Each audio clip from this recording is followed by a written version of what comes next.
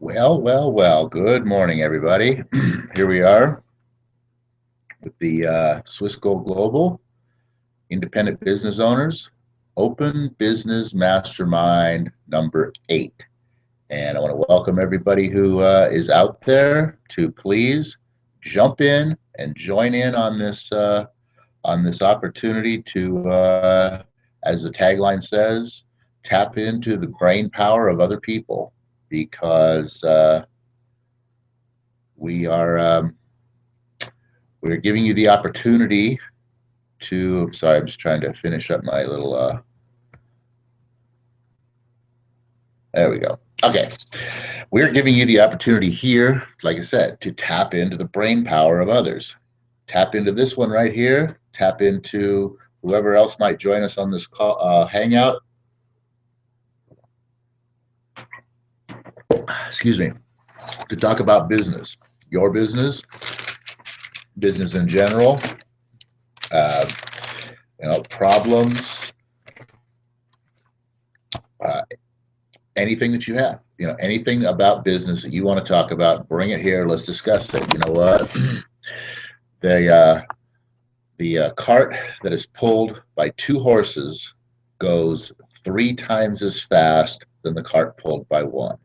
And that's just the power of the mastermind. A problem that is solved with the use of 2 brains gets solved 3 times as fast and 3 times better than the power of 1 brain. So if you want to take advantage of that, if you want to get, some extra ideas, some extra thoughts, some extra input that maybe you never would have thought of, bring it here. Let's do this thing. Let's make your business better in whatever way we can, whatever way, shape, or form we can. So since I'm solo so far, I'm going to go off on a little bit of a rant here, maybe if you want to call it. But really, what I want to talk about here today is, what here we are at December 18th, 2014. We have like what 10, 12, 13 days left in this year, and 2015 is starting up. And you know what? If you haven't already started to look at it, you need to look forward into your 2015 and what do you want to achieve next year. This is where people get stagnated and end up doing the same thing over and over and over again. This is why so many people in this world are, quote, classified as insane because they do the same things over and over and over again, and they continuously expect a different and better result. And it's never going to happen. If you want things in your life to change, if you want things in your business to change, you have to change things in your life or your business. That's just how it is. You can't do the same thing over and over again.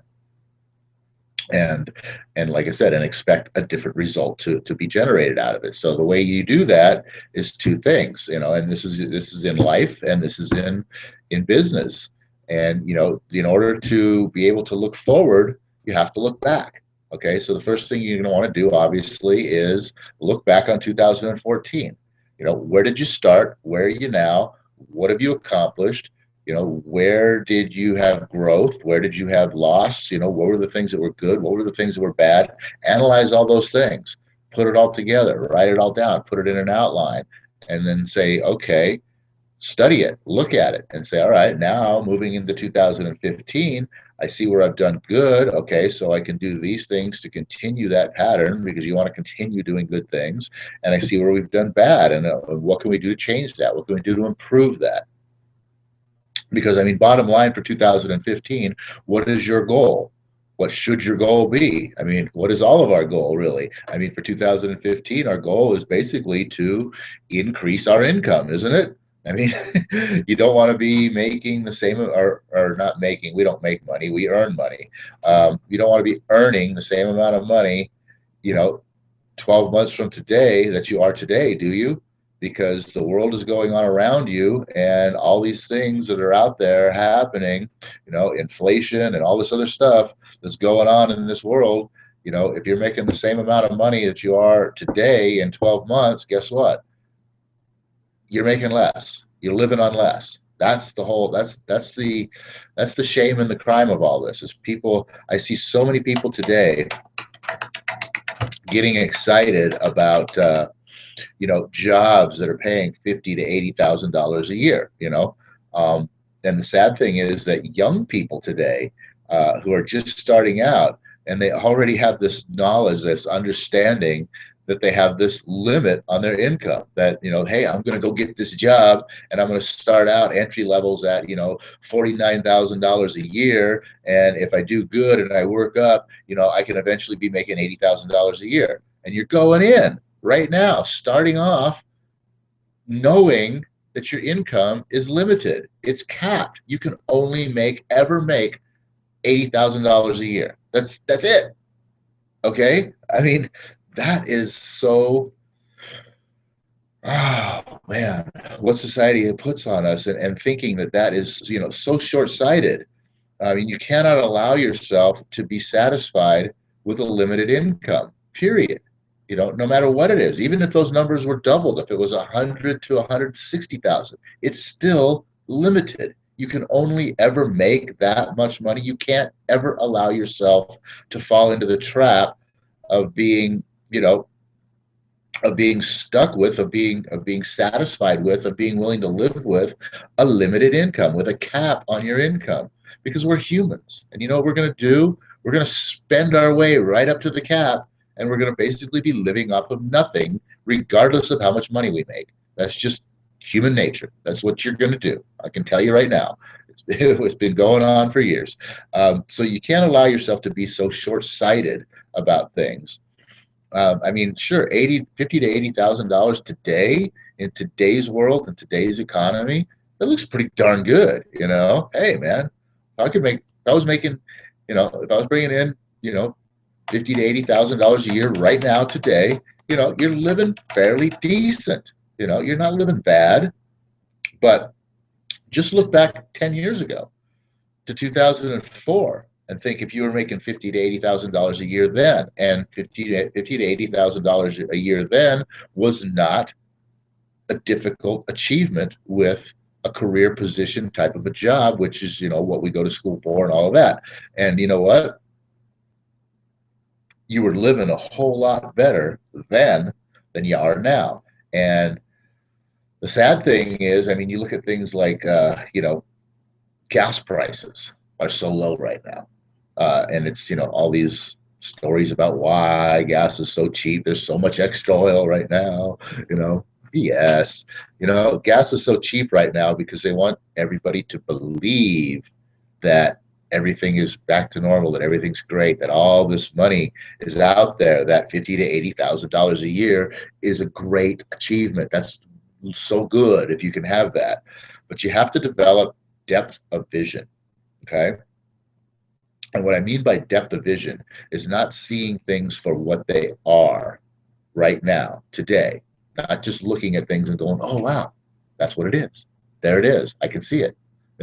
That's short-sightedness, okay? Depth of vision is when you can see things for what they can be or what they will be. And if you look today at what a $50,000 to $80,000 dollar a year job is, and you look down the road in the future to what a $50,000 to $80,000 job can be and or will be, it looks like crap. Okay, that's the point I'm trying to make here. Have depth of vision. Okay, so one of the best ways to be able to look forward, to develop depth of vision, obviously, is by looking backwards. Because I'll tell you what, there's really not that much out there that's new. In some way, shape, or form, it's already been done. It's happened, or it's already happened over and over again throughout time, building up, before now, building up to this day, whatever it is, especially when you look at the economy and earnings and wages and inflation, and interest rates and all the things that affect how you live, work, and earn, and how you, pay, borrow, and spend, and also, how you do one more thing that, unfortunately never gets enough attention as it deserves, that never is presented to you as the true answer, that never, that its power was never impressed upon you, that no one ever really taught you to seek out, or how to even go about seeking it out, especially why it's important to seek it out, that no one really ever taught you the importance of how or why this is the only way for you to ever reach, your ultimate goal, for you to reach, for you to ever achieve, the American dream, to ever actually live free, to ever be able to, live the lifestyle that you desire without having to work or rely on anyone else for income. And no, I'm not talking about retirement here, okay? Retirement is the dangling carrot that leads you to a lifetime of slavery, working for someone else until the day that you actually do retire. And by that, I mean the day that you die, okay? That's retirement. Death is retirement, all right? What I'm talking about, living the dream, and it doesn't have to be the American dream, because you know what? The dream is the same for everybody and every country throughout the world. So, I'm not going to, lay claim by tagging it, lay claim as to be ours by tagging it the American dream, because it's really just the dream. It's everyone. It's worldwide. It is, living the dream. We're talking about achieving financial freedom. Hugely different from retirement. Okay. And, what I'm talking about is, that allows you to achieve financial freedom that you were never taught about, is investing. Investing is the only way that you will ever have a chance of achieving financial freedom. Investing is the reason why you save money, okay? You don't save money for a rainy day. You don't save money for a fancy new car, or boat, or jet ski, or house, or watch, or Xbox, or Game Boy, or whatever other wasteful trinkets society, media, and peer pressure have, led you to believe that, you have to have in order to, be somebody. All right. Investing is the reason why you go to school, why you study and get good grades, and why you go on to college, and study some more so you can get good grades, so you can go on and you can get that quote good job, that pays $50,000 to $80,000 a year. The thing is most of us, oops, I'm on the wrong page there. Sorry, I wrote this down this morning. I didn't have a chance to, this is all in my mind, but I want to kind of keep on track with how this was flowing in my head this morning. So you can tell I'm kind of reading this, but it's important, um, so like I said, investing is the real purpose why you go out and learn and get educated, so you can get that quote good job that pays $50,000 to $80,000 a year, but not so you can have all the things that, that money, not so that you can have all that money, that $50,000 to $80,000 a year, so you can spend it on things. That's the problem. See, that's what we're taught, is go out and study and get good grades, and go out and get that quote good job so you can buy all the things that supposedly make a happy life and get you to the, so that allow you to live the American dream, which is wrong. That's not what it's all about. The reason why you go out and get this good job, and the whole idea, and that concept right there of getting that good job is, and buying and spending your money on things is forced down our throats every minute of every day. Through every type of media and every source of communication that is possible out there. It comes on your cell phone, text messages, it comes in your email box, it's on your television, the radio. It's on the billboards. It's everywhere you look. It's everywhere. It's everything that is being forced into your head is this thoughts of buy, spend, spend. And even now, and this I think is a shame, is that, I don't watch TV much, but I happen to turn on TV the other Saturday morning, and every commercial on there is something, tugging at your heartstrings, telling you to give, give away your money now. You don't have any money as it is, but give it away because these people have even less than you do, or these animals are suffering worse than you are, or whatever the thing is. Give your money away. Well, you know what? Don't get me wrong. There's absolutely nothing wrong with giving. And, in fact, you actually should. Uh, Giving should actually be a part of, your money management system. But, to give away a specific designated amount, of each and every dollar that you actually earn. And, but not because but you shouldn't be giving because, you feel guilty because of these commercials and things, about the poor people and animals that are suffering and all this other thing. Because you know what? Get this. It is not better to give than to receive. Okay. That is wrong. This is how it goes.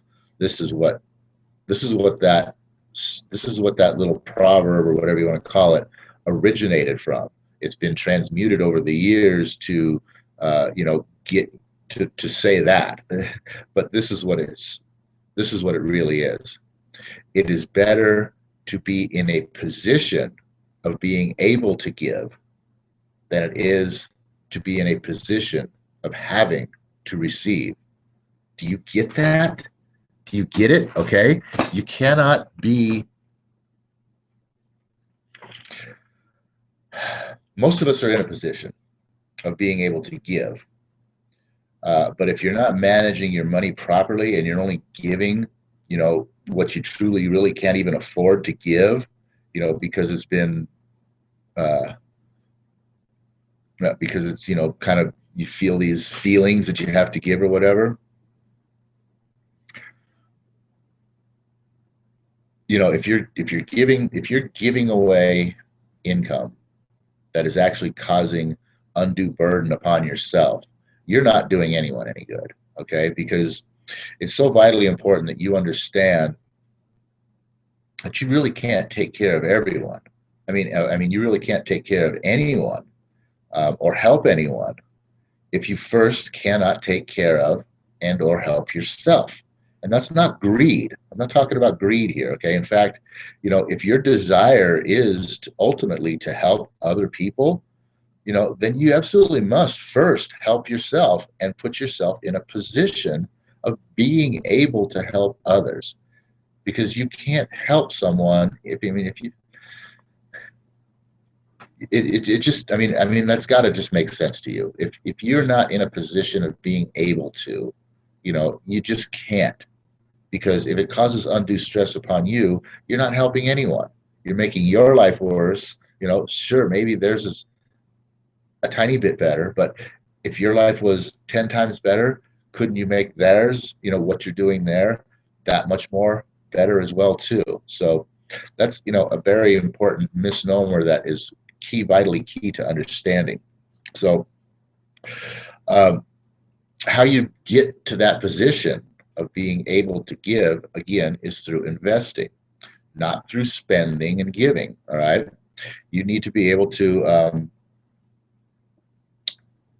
go to work, get your job, save your money, and then take your savings and invest your savings, so that your savings then, your investments then, can also start earning money for you, can start growing in value. And I'm not talking about investing, like I said, in cars and things like that, things that depreciate in value. You have to invest your money in things that grow in value and that also at the same time generate cash flow, so that your money is providing you with more money. That's the golden ticket. That's the secret to achieving financial freedom. That's what we're never taught by anyone growing up, even throughout schools and college and everything else. And why are we never taught any of this stuff? It's only because they don't know it. People can only teach what they know, and they weren't taught it. So how can they teach it to us? And if you look at it, think about this. Everybody, when you grew up around you in your childhood and whatnot, your parents, your family, your friends, et cetera, and so on, they were all employees. They all had jobs. They all worked for somebody else. So everything that you saw growing up was all about, getting a job, et cetera, and so on. When you go to school, you're being taught by your teachers and your college and your professors, and they're all employees. They all work from the system. They're all teaching you again how to become good employees. And no one ever teaches you how to become wealthy and achieve financial freedom because they don't know how. They've never done it themselves, so they can't teach something they don't know. And that's where the problem lies. And that's where you need to just snap out of it one day and wake up and say, wow, I get it. My job has a limited income. It's capped. I'm only ever going to be able to get so far unless I create a money management system and I save money and I invest this money to create additional income to supplement my job until the point in time when I've created so much external income through my job that I can now leave my job. That's where retirement comes in, okay? That's when you retire from your job, is when you've created so much other income sources through your investments that you no longer need that money from that job, that you can walk away from it and still have income coming in, which gives you the ability to live the lifestyle that you desire without having to work or rely on anyone else for income. That's the dream. That's financial freedom. That's what you're going to school for. That's why you get the good job. That's the ultimate purpose of what you're doing with money. That's the purpose. Now, again, one thing. Careful with your investments. Don't get sucked into the paper investments, okay? I mean, again, look back throughout history. Look at what has caused the biggest losses of all times throughout our history, through our economy's history, and it's paper assets.